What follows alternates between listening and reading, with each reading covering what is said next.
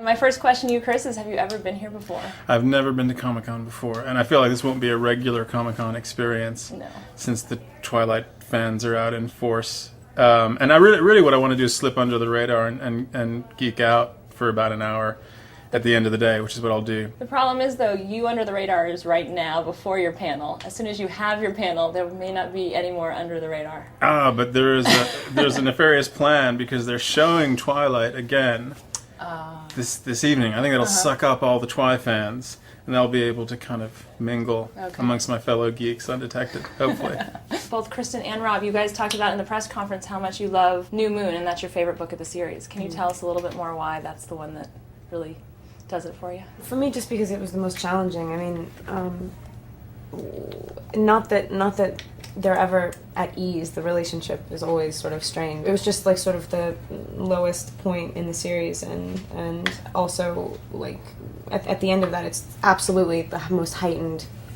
I mean, that the scene where we sort of forgive each other and get back together. It happens within. I mean, it happens in 10 seconds, and like no talk. We don't even need to talk about it. It was like the one that affected me the most. I hadn't read the book before the idea of doing the film came up.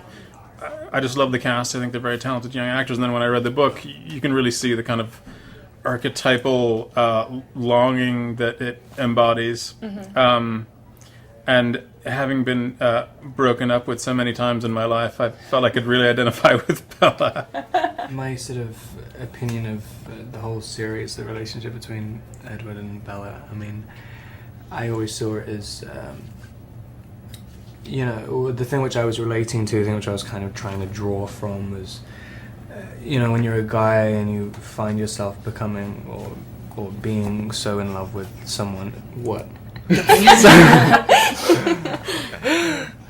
I'm just looking at you on a TV. Come on, you're on a roll. I think you should keep going. You had two big issues to deal with. You had one, Jacob transforming into a werewolf. Was that a challenge to tackle? Hard for Taylor. Really hard for Taylor to become a werewolf. So we eventually had to resort to computer effects. Okay. No, I mean the challenge with that is to get a special effect that isn't cheesy and that's elegantly done. And Phil Tippett Studios, Phil Tippett being a legend in the effects community, is handling it, and they're doing a beautiful job. And Taylor, you had a lot of work to do in this movie. You had to bulk up really big. We all know about that. But you also spent a lot of time doing a lot of stunts and things like that too. Yeah, it was a lot of fun. I actually, I almost got to do all of my own stunts. You tried, right? Which was fun. I got to do all of the dirt bike riding. There was so much of that. Just kidding. No, but yeah, I got to like practice dirt bike riding and do that. And I got to do a few other things. He like catapulted himself into a window. It was really impressive. It was fun. Yeah. It was insane. Yeah. So it was something a stunt guy really actually should have done.